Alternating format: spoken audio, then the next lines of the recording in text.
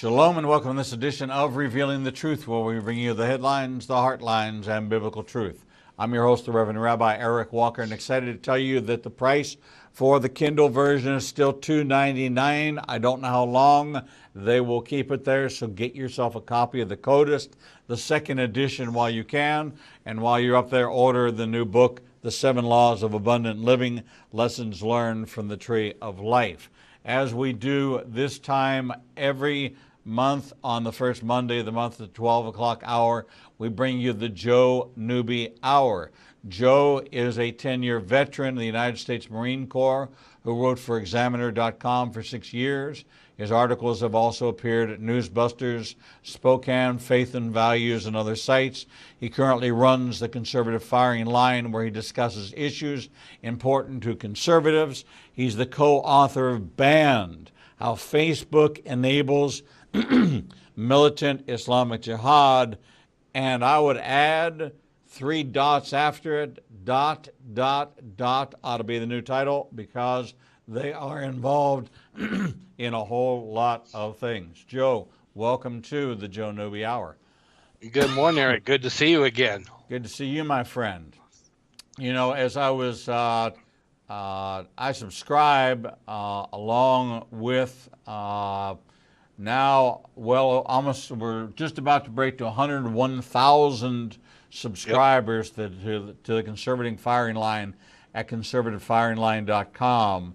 The topics swing from Maxine Waters to the Oscars to the Iranian Supreme Leader calling for U.S. gun control to Chelsea Manning. There is so much going on that I want to hand you the microphone and take our audience on a journey. It's like I want you to visually give me Tommy as he's playing pinball. Well, I got to tell you, Eric, it has been quite the month. Of course, as everybody knows, 17 people, students, were gunned down in Parkland, Florida. And it's a tragedy. It really is. But what's even worse than that tragedy, Eric, is what has happened since. There has been a group of about maybe 4 students, 2 of whom are probably better known to everyone on the internet than anyone else. One of them, a fellow by the name of David Hogg.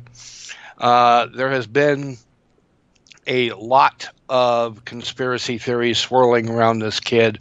There are people who are saying, "Oh no, he graduated from high school in California years back." People are saying he's older than he really claims to be. Others have called him a crisis actor. We have not done so, and we're not going to do so at the Conservative Firing Line. But nevertheless, these things have been swirling around as they do every time there's something like this. What makes this different, Eric, is that this kid, David Hogg, seems to have found his way onto practically every major network known to man. He's also been going on Twitter, telling spring breakers, for example, who may be considering Florida as a spring break destination, to not go there until Florida passes gun control laws. Well, just this past weekend, the Florida Senate approved by a voice vote to have a 2-year moratorium. Literally a 2-year ban on the sale of AR-15 style weapons. And then something happened.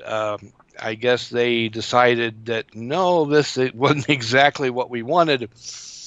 And so then they did a regular vote, and they decided not to have the 2-year moratorium on AR-15s in Florida.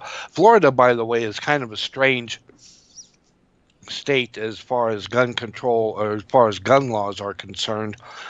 You can be under 21 to purchase a long gun, a rifle. You have to be 21 to purchase a handgun or a pistol. But that too can vary from county to county. So, Florida gun laws are a bit different. But this notion that, anyone under the age of 18 can walk in and buy an AR-15 in a matter of minutes is just complete, total bunk. That is not true. That has been found to be provably false. But yet, this is what the gun control lobby is out there saying, and of course, David Hogg and his acolytes, that's the only other way I can say it, are out there spewing all manner of nonsense, lies. Hogg himself has said that he's not going to go back to school until Florida passes some form of gun control.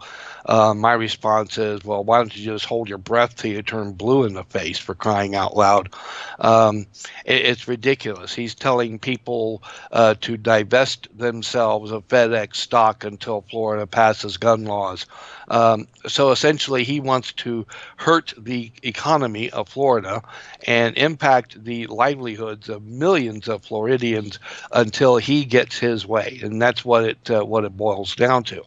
He wants what he wants, and to heck with the Constitution. What do we need the Second Amendment for, right?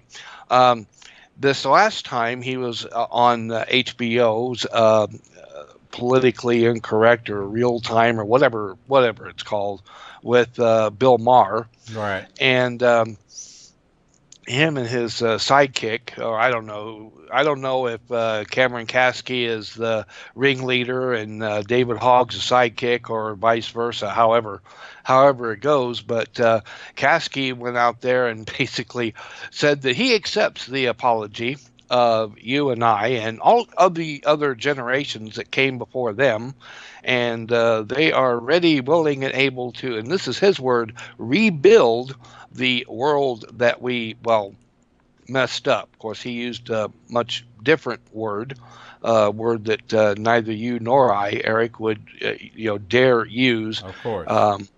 In polite company or otherwise. But this is what's happening now. We have a group of youngsters who, frankly, have never been in the real world. Now, we can feel sorry for them. We can commiserate with them, and feel bad for what they went through. Yes, they went through a shooting. Yes, 17 of their classmates were shot dead.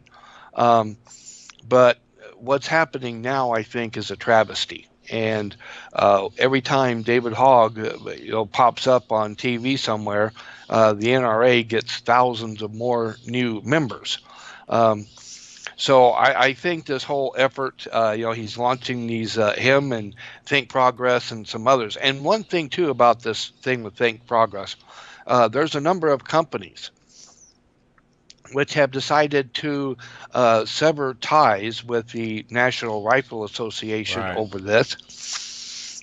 These people have it in their minds, Eric, or as I might say, alleged minds. And this, of course, includes some adults, including the Star Trek actor who formerly played Sulu back in the 60s and in the movies, George Takei, who have gone out and said, well, the NRA just wants to sell guns. Well, if these people knew anything at all, Eric, about the National Rifle Association, they would know that the NRA does not sell guns. Right. Okay. They are essentially a civil rights organization, probably the oldest civil rights organization in the country today. But facts don't seem to matter much in this current debate, Eric. And so now you've got lawmakers and state legislatures, and in Congress wanting to ban guns, wanting to hurt the National Rifle Association and the millions of law-abiding members who, by the way, had absolutely nothing to do with what happened in Parkland, who, by the way, have had nothing to do with any of the shootings that have taken place here at any time.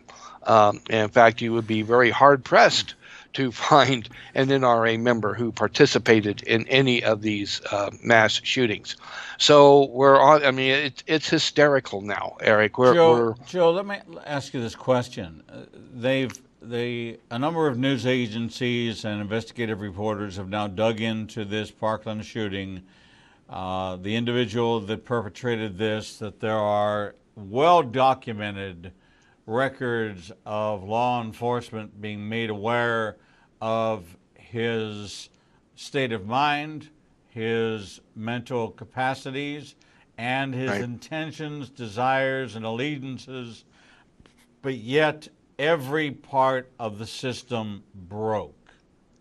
Every single part did, Eric, and you're absolutely right. Last time I looked, there were something like 45 calls to local law enforcement. There were multiple calls to the FBI, and the system just completely broke down. And, I think any reasonable person would agree that someone with actual honest-to-goodness mental issues like this should not be allowed to own a gun. I don't think anybody would have a problem with that. The problem, however, comes when you have a system that is so broken that people with these kinds of issues are, even when they're identified, Eric, nothing is done. Okay, we got these kinds of warnings before with other shooters. This happened with Adam Lanza. We knew this kid had issues as well. He didn't, for what I understand, he didn't even own a gun, but he was able to steal one that his mother had. Right. So there is a problem. So this is Department of Justice, comes under the Attorney General, comes under Jeff Sessions, and there seems to be a corruption and a dereliction of duty going back to the really back to the Bush administration, but all the way through the 8 years of the Obama administration. And there is no accountability, there is no liability, and it is career politicians and career employees that are now coming under scrutiny, and we're seeing that law enforcement, and this has always been something that has been very jumbled in my mind. We have county police, city police, state police, federal, the FBI, the NSA, the CIA, the list goes on and on of how we have so many organizations and there is no one unified system, as being proven by the ICE agents who are not given access to local bookings of an illegal immigrant's conduct. And we're focusing more on how we can defy the laws that were passed by prior legislations than we are on how we can enforce them. Right. Well, and the problem goes even deeper than that, Eric. There is a fundamental, I think, misunderstanding of the Constitution and the rights that are guaranteed by it. The Second Amendment, for example, is just one right. I have seen arguments on the internet. People say, well, the Second Amendment was written back when all we had were single-shot muskets, and that's the only kind of weapon that we should have. Well, I hate to tell people this, but history says otherwise. There was a weapon that was devised several decades, in fact, before the Second Amendment was even written. It was called the Puckle gun, and it was sort of a precursor to what we might now call, a machine gun, if you will. It was so. The people who wrote the Second Amendment made it very clear what the Second Amendment was for. It was not for skeet shooting and trap shooting or target practice. It was not for hunting. Yes, those things were included, but they were very clear that the Second Amendment was put in place so that the people could protect themselves from a tyrannical government. If you fast forward a century and a half or so, and you take a look at the writings, I believe it was the Soviet dissident Alexander Solzhenitsyn.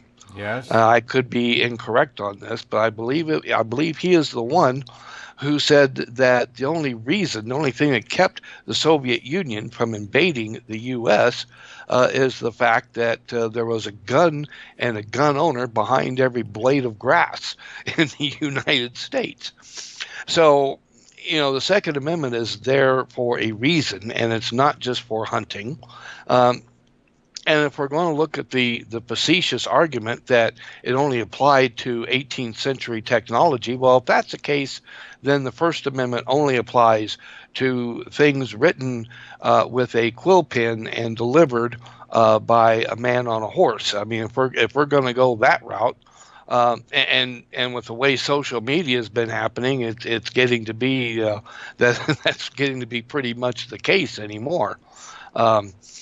And that's something else I'd like to get into today. But this whole thing with the Second Amendment that's going on right now, Eric, this happens after every single one of these shootings. You have the demonization of the NRA. You have the demonization of millions of law-abiding gun owners, and you have the direct attempt to strip millions of law-abiding Americans of their fundamental constitutional and, dare I say it, God-given right to own a firearm and defend themselves.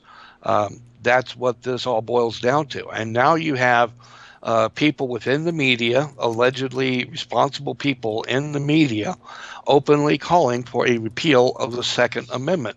You have, and I got to tell you, Eric, now we've got the supreme leader, the Ayatollah of Iran, Right. the head guy over there, brutal dictator, openly saying, yes, the United States should make all guns ownership by civilians illegal.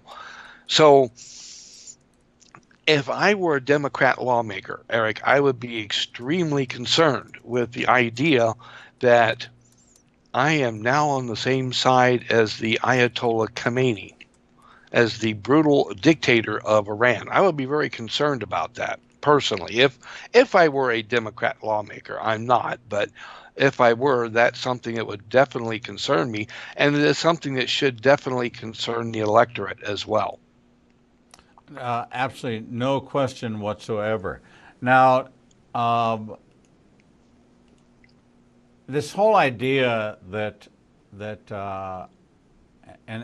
it is, I'm sorry, it's mind-boggling to me, because the leading cause of death in America is not guns. The leading cause of death in America is abortion. Right. It's a scalpel and a doctor that is taking more lives than a single person with a gun, or an armed militia with a gun, or an illegal immigrant with a gun. Right. We never talk about that. We never discuss that, because that's a Roe v. Wade issue, and that supposedly is settled. But on the list of the top 10 items, which is the cause of death, heart disease, cancer, automobile accidents, then guns is number 10. Right. And all this focuses on guns. And I know it's a diversionary tactic. I know that if people are consumed by these Parkland incidents, Columbine, there are tragedies. There's no question there's a tragedy. But when the system is so antiquated, and it is not, and there's laws on the books which are not being followed, and we do not have a Department of Justice or Inspector General or a Attorney General willing to bring down the heavy hand of consequence. If I worked for a company and for 30 years I violated the company's policy, and it was the cause of the death of 19 people, I can assure you I would be fired. Exactly. And and that brings me to another point. I hear this a lot. The system is flawed. Well, I beg to differ with that as well. And I'm not saying that just to be different, or just to be argumentative. Personally, I think that if the laws that are in place were followed, I think the system, such as it is, would actually work. Um, when you have a breakdown, the breakdown isn't the system, Eric. The breakdown is the people within the system who are not doing the job that they should be doing, at least in my opinion. Um, Florida has this law, and the name of it escapes me right off, but Florida has this law where if somebody is found to be a danger to themselves or to others, then authorities have the right to pick that person up and put that person someplace where they can be given a psychological exam. Um, why that was not done in this case, I don't know.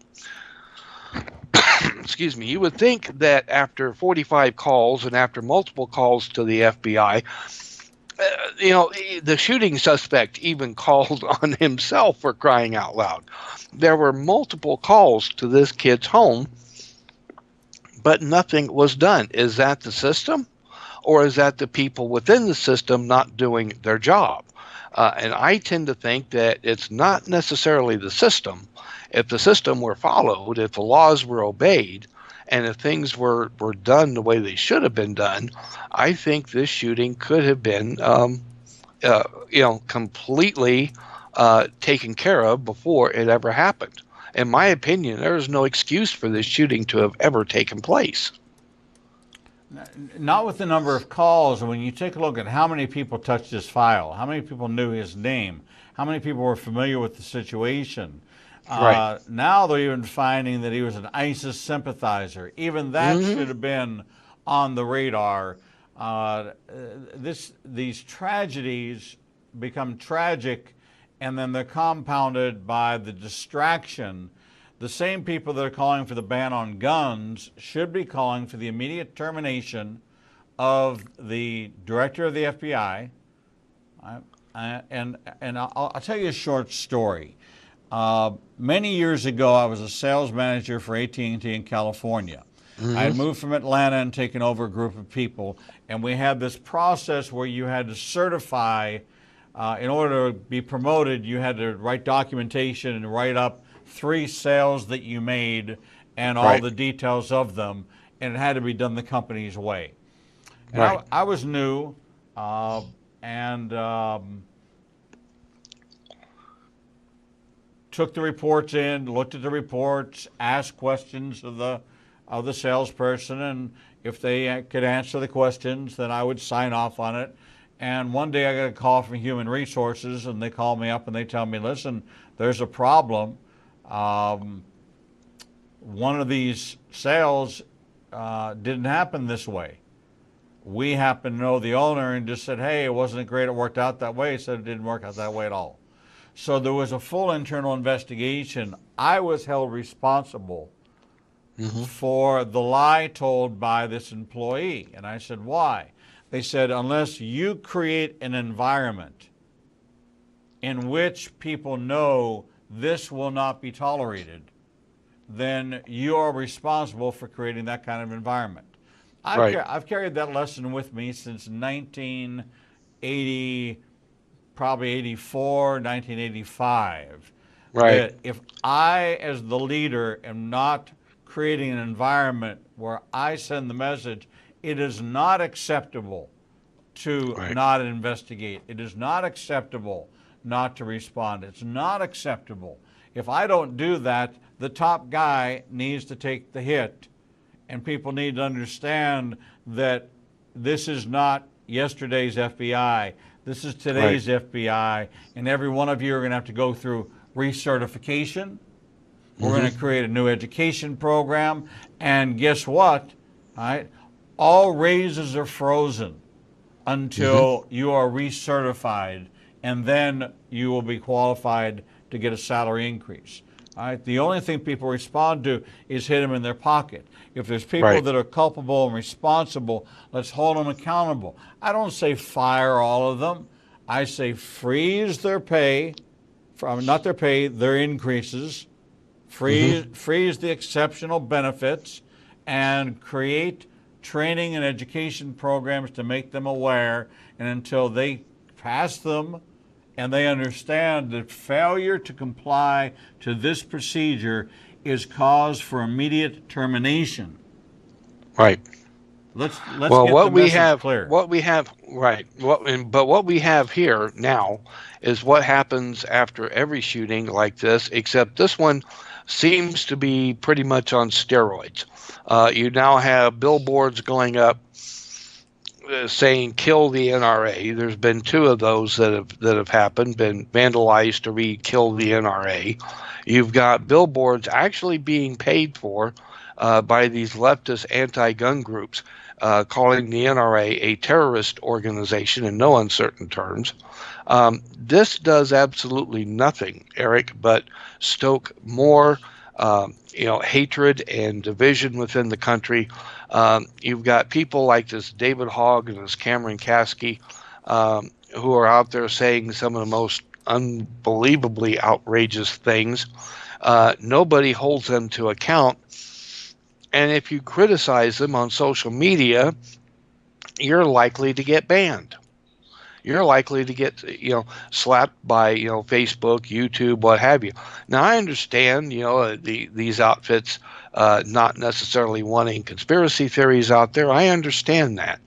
But it is absolutely getting insane out there with people receiving bans on Twitter for simply doing nothing more than criticizing this guy, these kids, some of the things they're saying. Look, I got to tell you, Eric, if you're going to go out in public and you're going to advocate for a political position, and if you're going to, in the process of that, smear millions of Americans, you had better be prepared for backlash. That's the way this works. That's the way our system works. You don't get to go out there and have a free reign to do or say whatever you want without criticism. That's just unrealistic. Amen. Amen. We've been talking with Joe Newby, author of Banned, How Facebook Enables Militant Islamic Jihad. We're seeing more and more bans popping up on Facebook. You really need to understand the history behind this. Go to Amazon. The Kindle edition's on sale for $7.99, paperback for $14.97. You can get to it through our website, ignitingnation.com. When we come back, we're going to dig further into this discussion with Joe Newby, our regular guest for the Joe Newby Hour, and his website that he manages, which is a blog called conservativefiringline.com. We're going to take a short break, and we'll be right back. Shalom. I'm the Reverend Rabbi Eric Walker, Executive Director of Igniting a Nation and host of the daily TV program Revealing the Truth, seen live every Monday through Friday from 9 a.m. to 1 p.m. Central Standard Time at www.ianbn.com, and then replayed throughout the day and night via our website. All of our segments can be seen on the Igniting a Nation YouTube channel. Since our launch in January of this year, we've expanded our global reach to over 54 countries with a social media following of over 125,000. Our commitment is to bring you the most in-depth interviews with authors, subject matter experts, and thought leaders from around the world. We have interviewed guests from Israel, Brazil, England, India, and all across North America. All of our authors are featured on the Books and Media page on our website, www.ianbn.com. There you can find a direct link to the book you want to order, and we receive a small commission directly from Amazon. There is no cost to you for this service. In addition to our daily teachings and interviews, we make available to you the archive of all of the interviews on our YouTube, Facebook, Twitter, and Instagram channels. Our live program is available from our homepage, and there is never a charge to you for any of this access. We made the decision long ago that we would remain a commercial-free resource that would not be influenced by any pressure from any outside company. There are only two ways that we are able to continue to operate this ministry and provide you with the only live 4-hour daily Christian television talk show program. The first is through your support and tax-deductible contributions to Igniting a Nation. These can be made directly through the donate button on the website or sent through the mail to Igniting a Nation, 2700 Corporate Drive, Suite 120, Birmingham, Alabama, 35242. The other way we support the program is by offering you a unique opportunity to have access to over 10 years worth of teachings on a subscription basis. The teaching archives contains all of my prior sermons, Torah studies, prophecy in the news videos, and much more for the low subscription price of $5 per month. This subscription grants you unlimited access to over 800 hours of content not available elsewhere and is updated weekly with the most current prophecy classes. In addition to 20 hours of original TV programming each weekday, we invite you to join us live every Monday, Tuesday, and Thursday evenings for our Prophecy in the News classes. The times and locations are listed on our events page on the website www.ianbn.com. Every day, you and I are faced with the challenge of where we will go to hear the truth. We are committed to bring you the only program of its kind that covers the headlines, the heartlines, and biblical truth. We cannot do this without your support. Since we launched on January 5th, 2017, we have aired over 300 individual teachings, interviews, and commentaries not available anywhere else. We are now working side by side with almost every major Christian publishing house to bring you the most in-depth feature interviews possible. Our 1-hour features address every subject that affects the believer's life. We are hearing of salvations from the Middle East, Africa, and all across the United States. Lives are being changed every day, and we have only just begun. Our mission is to become your trusted resource and grant you access to the people, tools, and information you need to grow in your relationship with the Lord. You can help us by liking us on social media and through your financial support. We know you have many choices in who you support, but we are prayerfully asking you to consider helping us keep revealing the truth, true to our calling, to cover the headlines, the heartlines, and biblical truth like no other program available. Donate today and help us bring the message to the four corners of the earth.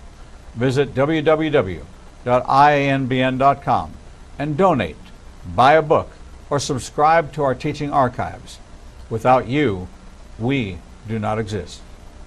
Shalom and welcome back to this edition of Revealing the Truth, where we cover the headlines, the heartlines, and biblical truth. I'm your host, the Reverend Rabbi Eric Walker, and we're talking with Joe Newby, host of the Joe Newby Hour, provocateur of the conservativefiringline.com, and co-author of the book Banned: How Facebook Enables Militant Islamic Jihad. We saw this again with the Facebook profile of this Parkland shooting guy, and yet nothing was acted upon. Joe Newby, welcome back to the program. I know you're fired up today, Joe. We've got everything from Maxine Waters to Facebook and Twitter banning people. All of a sudden it's about gun use. I was just at the National Religious Broadcasters Association meeting in Nashville, and I called ahead and I went to the NRB website and said, "What is your firearms policy?"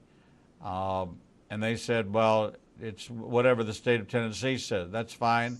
I carry a reciprocal license, Alabama and Tennessee, a reciprocal. Right. And when I got there, it was posted on the outside walls that you couldn't carry.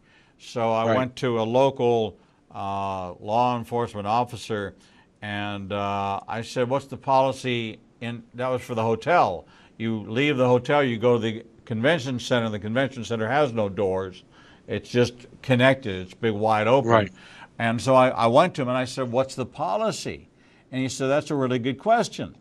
And so they wound up moving it up the ranks, and he asked me my name, and I said, "I'll give you my name, but if you put me on some kind of watch list, buddy, I'm gonna talk about it on my program." Well, eventually the chief of police called me, and first thing he did was he said, "Thank you for asking."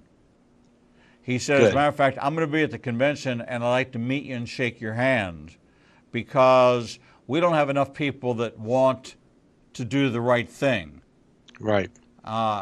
He said, "Here's my answer. How do I possibly know what's in your pocket?"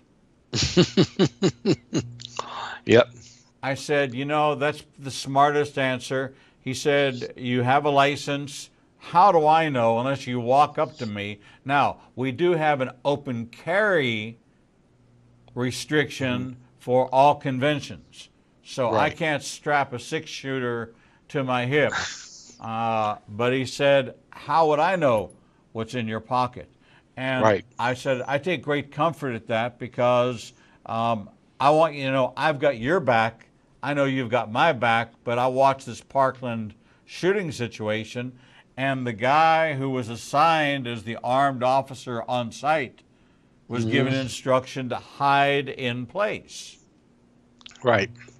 Shelter in place. Right. Shelter in place. So, yeah. So what's up with that? And then we learned that there were as many as 4 deputies there, and it wasn't until local law enforcement came, and they're the ones that went in to deal with this fellow. It's absolutely ridiculous, Eric. It really is. Again, this is a case, in my opinion, where the system worked, but it simply was not followed. And had the system been followed as it should have been, according to Florida law, I believe this entire shooting could have been avoided completely. And now you have these young provocateurs still wet behind the ears, and they're out there ordering the rest of us, telling the rest of us what is and what isn't. And every time they open their mouths, guess what? The NRA gets thousands of more new members signed up. So at some point, Eric, I think this is they're going to hit the proverbial brick wall, and their 15 minutes are going to be up. And Americans, if they a lot of them already are. But those who haven't yet will simply tune them out and tell them, grow up, get a job, okay, get a few more years under your belt, and then when you're mature enough to know what you're talking about, then come talk to us. But what bugs me is who is behind these kids, Eric. Now, David Hogg has been on practically every left-wing show imaginable. So he's been to New York, he's been to Washington, D.C. multiple times going on these shows. He showed up in New Jersey for a gun control thing there. Who's funding all these trips? This stuff isn't cheap. You can't just go out and on your milk money and go out and buy a plane ticket from Florida to Washington, D.C. or New York. And he's been doing this multiple times, it looks like. So where's he getting the money for all this? Who's coaching this kid? Who's behind this kid? Look, we're talking about, the Second Amendment, one of the most important amendments to the Constitution. Don't we have a right to ask questions? Don't we have a right to know? Don't we have a right to some transparency? Where is this? Who's behind this kid? Who's pushing him? Now, we know that Think Progress is one of the groups behind this, boycott the NRA thing. And, as Rush Limbaugh explained quite well, all these companies that are getting hit with all these tweets and emails and what have you, they're not all real people. Right. You can go out and you can buy 10,000 bots for next to nothing. Right. And how many of these are actually bots? How many of these angry tweets and emails are actually coming from just one account? Delta, look at what happened to them. They decided they were going to sever ties with the NRA. Look at what happened to them in Georgia. Georgia lawmakers, they were considering a bill that would have given Delta something like 40 or 50 million dollars in tax breaks, on their fuel taxes. Guess what? They didn't get it because of their treatment of the NRA. People have had enough of this, Eric, and they're quite literally up to here, and they're not about to take any more of this, and they're going to start fighting back one way or another. Now, that gets me over into the social media side of this, because I have been seeing reports all over the place. You now have CNN, a network which, by the way, back in January 2017, a survey said that they were the least trusted name in network news, right, cable news. You have CNN now apparently openly advocating for another network to literally be taken off of YouTube, to be deleted from YouTube. You have, I'm hearing this from all kinds of people, Eric, where people, channels, pro-Second Amendment, Christians, conservatives, their channels are being demonetized, their channels are being torn down.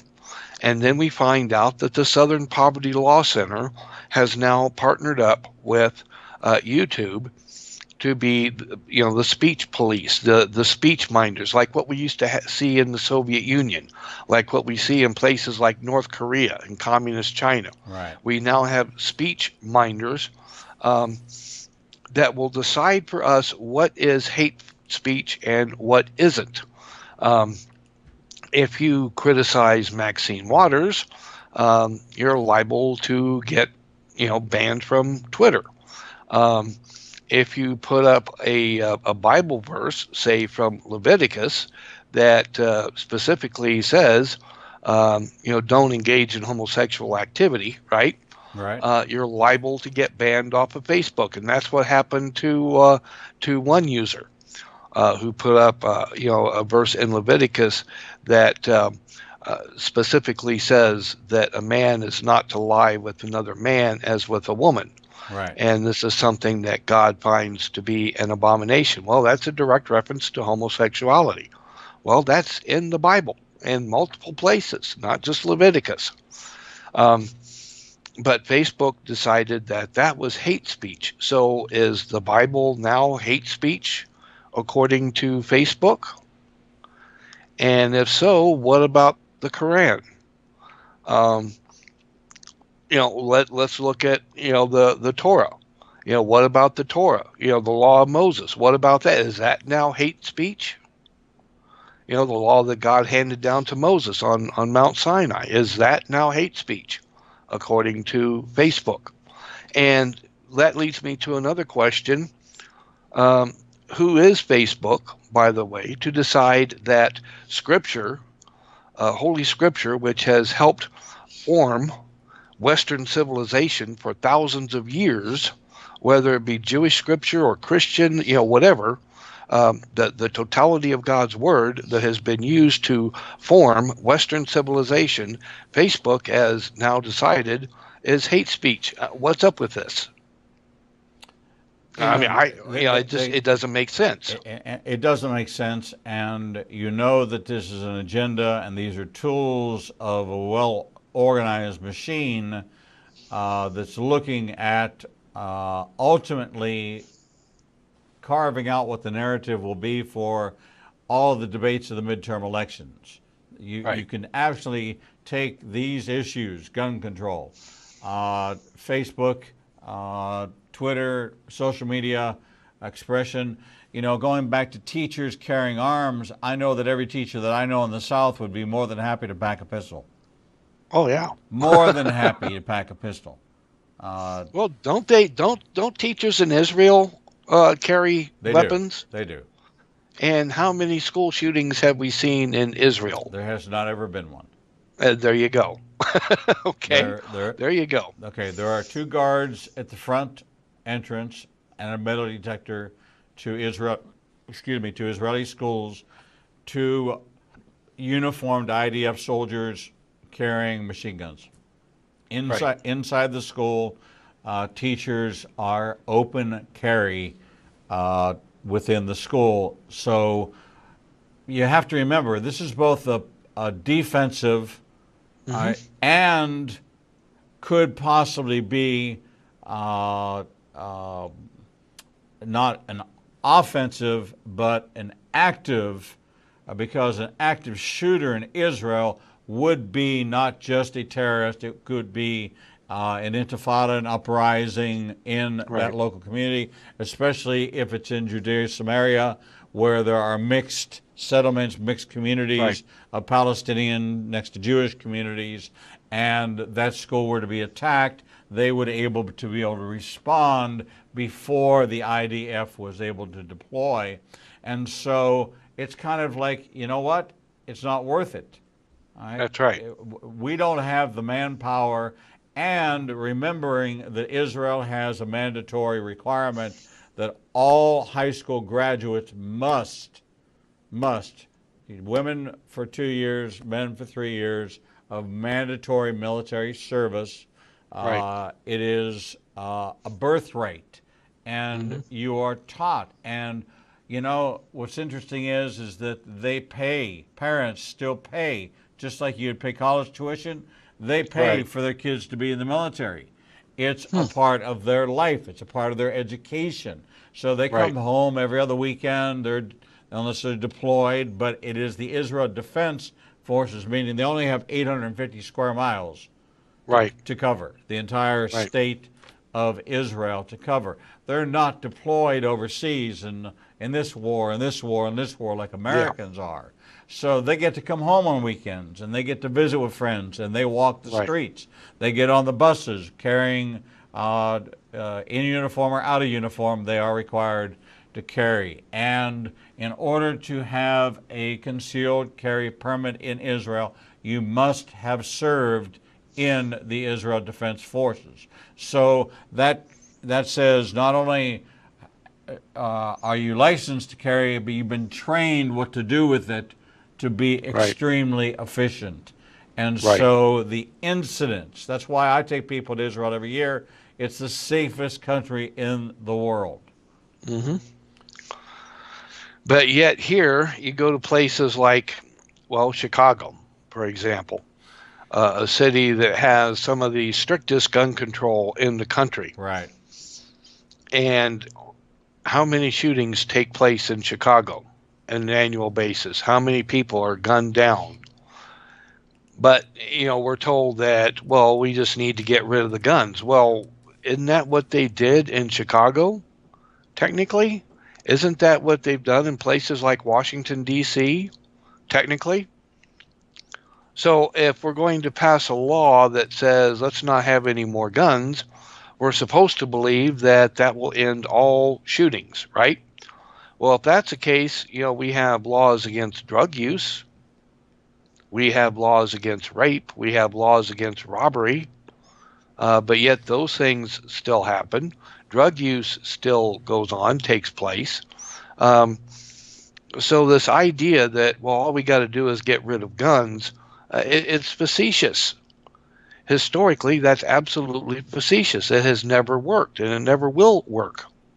Well, I'm taking a look at the medicalnewstoday.com annual report on the top 10 leading causes of death in the United States. In order of top 10, leaving abortion off the list completely.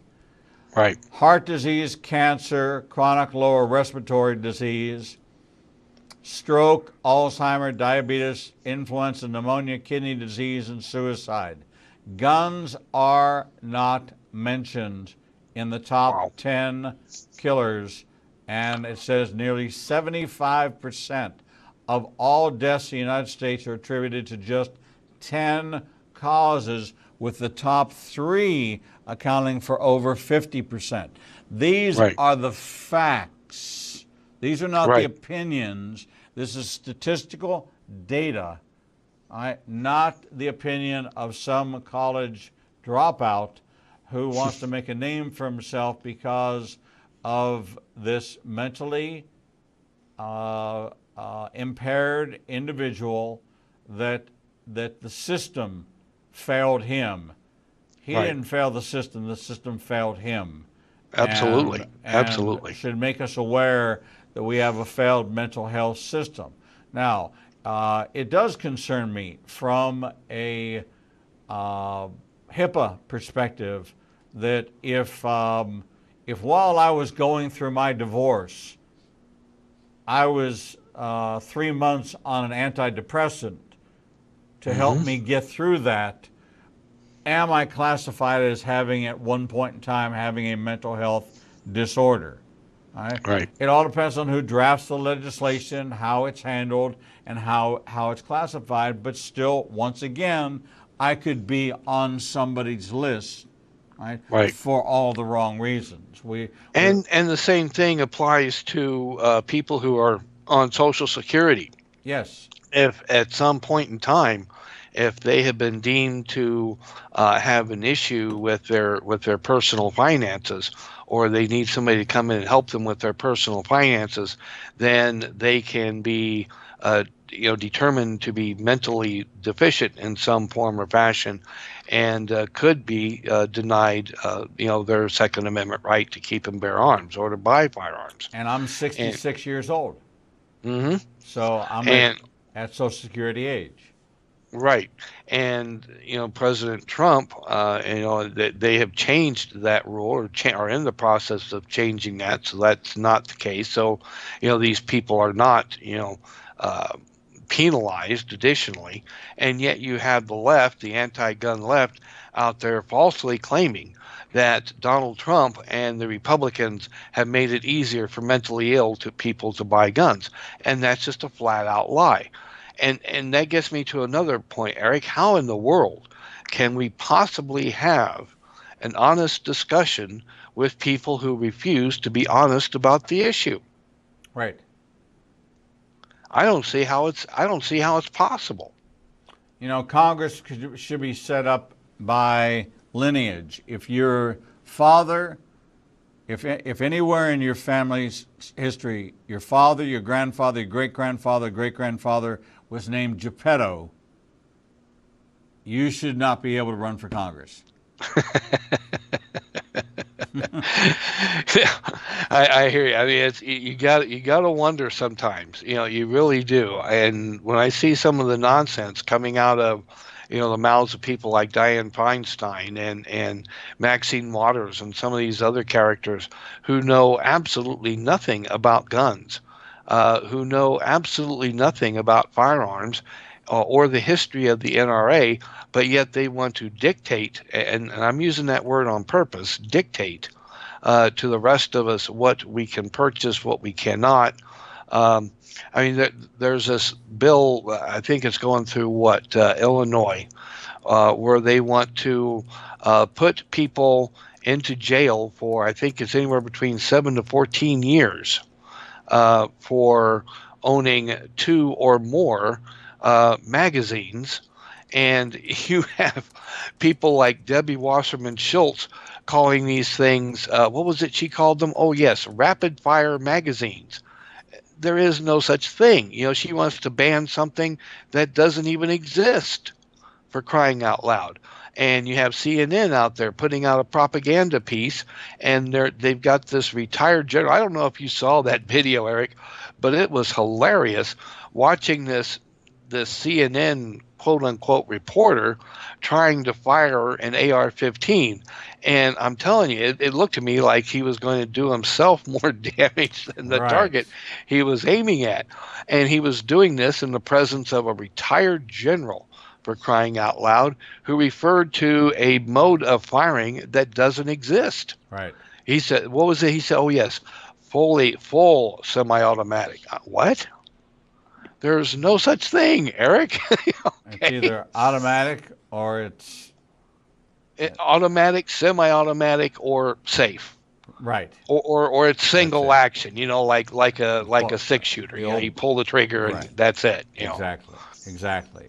Well, Joe, as always, we've run out of time, but the Joe Newby Hour is always filled with the most up-to-date, contemporary information about what's happening right now in the political world, as viewed from a conservative perspective on the conservativefiringline.com. Get yourself a copy of Banned How Facebook Enables Militant Islamic Jihad. You can click through the ignitinganation.com website or go directly to Amazon to get your copy of this book. Joe Newby, great to see you. We will see you on this day, 1 month from today, which will be on April the 2nd, Monday at 12 o'clock for the next Joe Newby Hour. Until we see you then, we wish you shalom, my friend.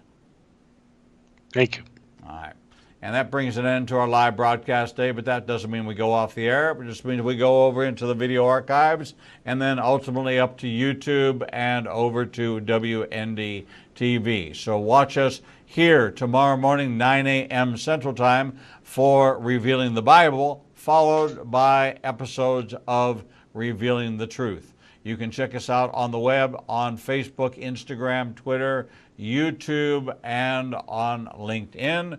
And always visit our website, ignitinganation.com, and check out the upcoming events. I've got Passover Seders. I've got teachings and preachings coming up in churches all over the state. Don't miss out on our Monday night, Tuesday night, and Thursday night classes. All are welcome. Until we see you back here tomorrow morning at 9 o'clock Central Time, we bid you shalom.